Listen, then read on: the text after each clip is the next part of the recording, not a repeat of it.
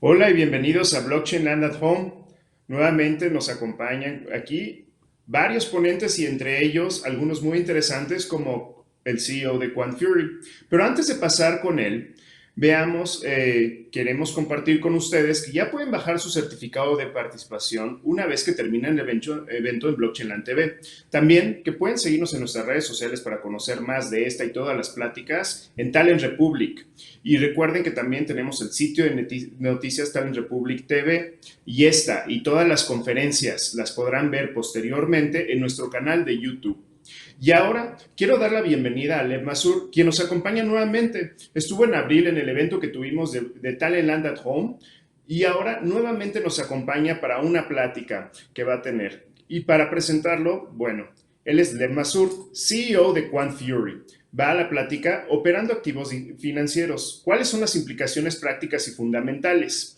Lev Mazur es el CEO de Quantfury, conocido por brindar condiciones operativas y de inversiones sin igual a los traders minoristas de todo el mundo. El señor Mazur es un emprendedor experto en tecnología financiera y un experimentado trader de futuros y divisas. Después de una exitosa carrera de 24 años en el trading y la tecnología, el señor Mazur, junto con un grupo de ejecutivos de la industria financiera, ha fundado Quantfury, la plataforma de comercio de más rápido crecimiento en el mundo, un nuevo paradigma de corretaje que garantiza a sus usuarios la ejecución de operación y o inversiones al tamaño solicitado a precios directos desde los intercambios globales y criptos intercambiados, libres de tarifas de creador o tomador, tarifas de apalancamiento y cualquier otra tarifa, utilizando criptomonedas. Y ahora vamos a pasar con Lev Mazur. Lev, thank you for being once again with us in Blockchain Land at Home and welcome.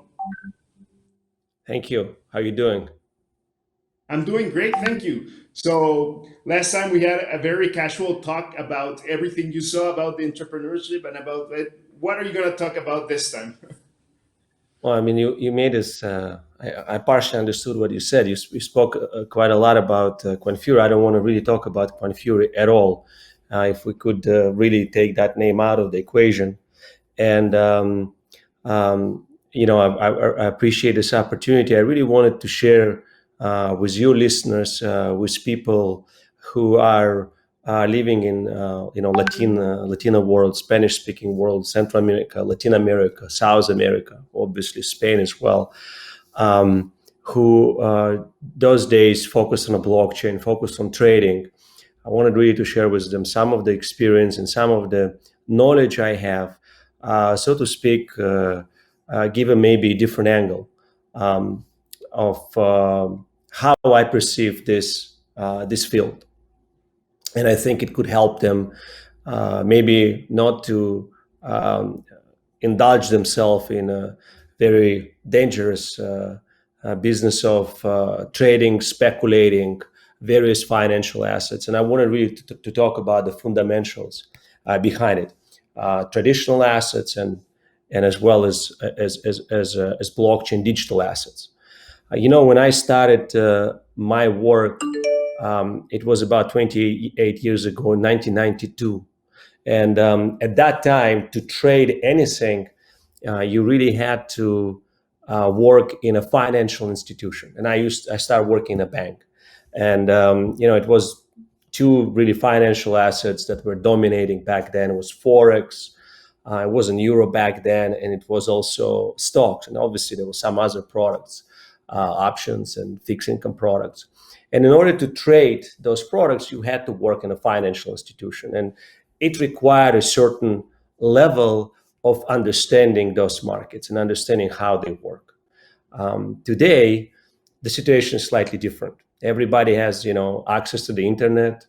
Everybody has ability to log into various information systems, and everybody has ability to kind of send money digitally, be it a crypto or be it fiat, and then access to various information flowing on those in those systems, and trade that information, be it stocks, quotes, or be it Bitcoin prices, Bitcoin against other currencies. And pretty much everybody, you don't have to work in a bank or any financial institution or understand certain underlying values behind it. You can just go in and start gambling, betting, losing money. I always mention that those statistics that 90% of the people trading, 80 to 90% of the people trading lose money. And they lose money not to platforms that operate it, but they lose money to other 10% of the market, obviously.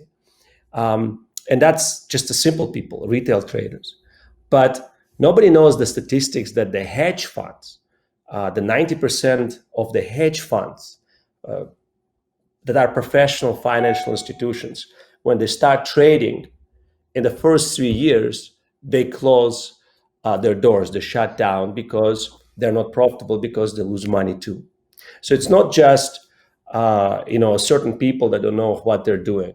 A majority of the market losing money, and that happens because of the simple mathematics. And when the people start trading, they have various theories how they're going to make money. Some of them have a sense, a feeling, this is going to go up, this is going to go down. Some of them have some strategies, news related strategies, technical analysis, charts, swing, economic news, which is a macroeconomic analysis of economy that in today's economy sometimes doesn't work, because we have a lot of governments that unfortunately perform non-fundamental sound from the science of economical science perspective, policy, monetary policy. They pump money into the systems and make stocks go up against any logic and so on. However, having said that, whatever your strategy is, there's a certain rules that underlie the results of whatever you're going to be doing trading financial markets or digital assets. And the first rule is that if you trade randomly, and meaning randomly that you don't have a strategy, you don't have a book and the rules when you buy and when you sell, and you don't need to backtest those rules necessary, which would be very good if you can do it, but not everybody can do that, have access to the historical prices, and can run programs and backtest that strategy for years backward. But let's say if you have a strategy that tells you exactly the rules, how you're going to trade, otherwise you trade randomly. And this is a big secret that nobody wants to tell you. And nobody, when we talk about nobodies, is the nobodies means the big players, those who know what they're doing. Because if you trade randomly, that means that the results will be random. That means you would be losing and winning the same amount of times, like a random number theory, which is a mathematical theory that says that if you are going to randomly drop a 0 or 1 number 1 million times, 50% will be 0, 50% will be 1. But unfortunately, in the stock market or any market where you trade, it's slightly different, because there's an edge against you. When you buy, you always automatically lose against the sell price, because you buy always above the sell price. And if you sell, you always have that loss, because the price has to go higher to meet the sell price, so you can get out of the position. So that buy and sell price is just a market liquidity. It's not done against you. It's just there. So if you trade randomly, like most of the people do, that edge, the difference between the buy and sell price, that difference statistically will be the average loss that you will incur, at least trading. So if you traded 50 times a day, and the difference between buy and sell price was 0.01%, you will statistically lose that edge, that spread, 0.5%, times 50 times you traded. Yes, you could be winning 25 times and losing 25 times, but the zero net game, that spread will be against you. The same thing will be the same fees and commissions. they will be also adding statistically against that random number theory, which actually very similar to casino. Not many people understand how casino work. They claim that casino, fake the results, but they don't have to. They work with the same random numbers theory. When you walk into roulette table and you gamble, you get paid one of the 36 numbers, but there's a 37 numbers in the roulette table. So the casino has a 2.7% edge against the gambler, and they average lose 2.7% of their bets according to the random number theory. So all the people lose if they trade randomly. In average, that cost of their entry and exit, which can be fees, which can be spread between buy and sell price. A lot of platforms those days say, we don't have no fees, but they will manipulate and expand the buy and sell prices. And that fees will be incorporated there, so people will lose that way. So if you don't trade with strategy, with some rules that you sit and you make them, the chances that you will lose that cost of entry and exit, which is a fees and difference between buy and sell price, is mathematically soundproof. It's mathematically going to happen.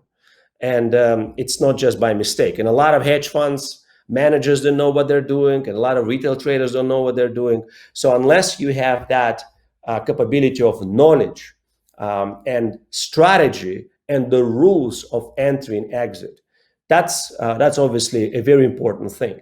Another thing which people need to understand is another theory, fundamental theory behind trading, which is called prospect theory.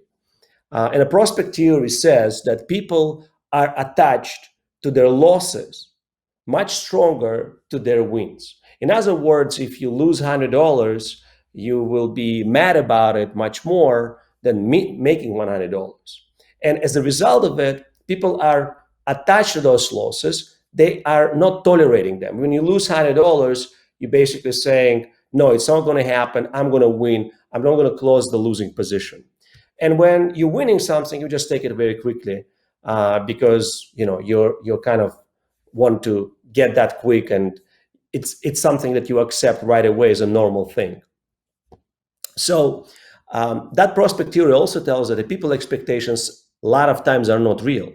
So when somebody trades, and if they don't have emotions part out of the trading, when they have their strategy with a very simple and straightforward rules that talk about the risk and the discipline against the greed or against their expectations, whatever they're going to be, most likely that they will be losing money even above those fees and commissions different between buy and sell price that set up mathematically their average loss of trading.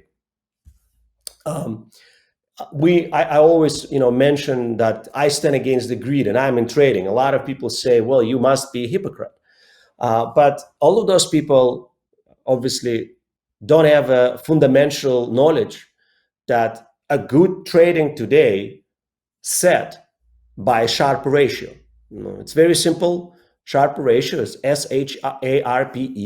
Everybody can Google it. Every hedge fund, every mutual fund, every reputable financial institution in the world will work according to that Sharpe ratio, meaning measure their traders, their investors, their investments, strategies with Sharpe ratio. And the Sharpe ratio talks about, sets very simple principle. It's a principle of steady returns where the risk management is the key. In other words, 10 years ago, if you would be hired to the hedge fund, you would be asked a question: what kind of trader you want to be? If you get $100 at the beginning as your AUM, as your money that you manage, and then a year from now you're going to get $150, but at that time your $100 at one point went to $80. Or what's better? The question would be, or you get $100 and at the end of the year you get $115. But every day you get a steady growth, and you never had your managed capital of original $100 go below that $100. And the question obviously is second. So it's not really how much money you make, it's what that is the risk and the deviation of losses and gains that you have. More steady it is, meaning more steady you make money and more steady you lose money, and there's certain rules behind it, so there's certain borders between them, better trader you are. So word like a discipline, it's actually antonym to the greed in certain dictionaries. And when I say I'm against the greed, that's actually a very key definition to good habit in trading. And the fundamentals like prospect theory talks about that specifically. So it's not just you need to have a strategy, but you also need to have a certain rules of risk management that set your expectations a little bit smaller, where you do not tolerate big losses and you tolerate big wins. And that is important today for anybody who wants to trade. And today, in today's environment, trading is really looked by millions of people as a tool to make money. And unfortunately, there's many platforms out there that talk about trading as a vehicle to become, extremely rich, which is obviously not true. How many of those platforms show you as a trader, as a simple guy, what kind of strategy you have and what kind of Sharpe ratio you have there? How many influencers who talk how great they are and sell their signals and talk about how well they manage their portfolios, they show their Sharpe ratio? Not many, because that 10% out there who wins, it's very small percentage. So how you can actually win consistently? And that's a very good question. In theory, one cannot win more than what market makes. So in other words, if the stock market went this year 50%, you cannot really make more than 50%. And there's a last third theory behind it, talks market efficiency theory. The market efficiency theory says that every market participant has access to the same information, meaning that I know about the same technical analysis and about the same news and everything is published, and nobody has insider information. And therefore, if somebody has insider information, he's supposed to go to jail. That's illegal. When you look at the regulated market and traditional financial markets, the markets are efficient. We hear sometimes about some insider trading case where some guys getting advantage and getting some information or paying some bribe to get information about pending quarter earning release of certain company. And that's not fair. That's against the market efficiency. Market has to be efficient. Some get that leverage and become have efficiency, making for themselves a market advantage by computing skills. So let's say they get, everybody maybe heard about high frequency trading. This is a computing capabilities that allow certain companies to calculate miscalculation of various assets that human brain cannot do it. Is it legal? It is legal because that information that they're calculating available to everybody. So you can also buy such computer for a couple of $1 million and do the same. But obviously, it's not that much fair. But the traditional market is efficient. So when you start building your strategy, you must look at information you access to in a way that you want to get to much more deeper level of information that maybe not everybody is looking at, and try to build that strategy based on certain things that maybe is overlooked, so you get some advantage from the market efficiency perspective. But let's look at the digital assets. This is a very interesting area because that area is not regulated. So when you look at the exchange, what you trade, let's say Binance Exchange or BitMEX or other places, I'm not going to talk about Quantfury because it's not really about it. You have prices, and you traded those prices, but the question is if the market is efficient, and we know it's not, because the exchanges that you trade at actually trade themselves in those exchanges. And we know that for a fact. We know that the BitMEX has its own OTC desk. Imagine yourself that NASDAQ or New York Stock Exchange would have its own desk trading the same securities that Goldman Sachs or JP Morgan is trading. That would never happen. I mean, if it would happen, a lot of people would go to jail and pay big fines, but it just not be fair. But it's happening today. And that makes market extremely inefficient. And that makes traders with legitimate strategies and a great Sharpe ratio being exposed to those who have a not fair and probably illegal advantage. It's not from the law perspective, but from just the human and business ethics. And that must stop.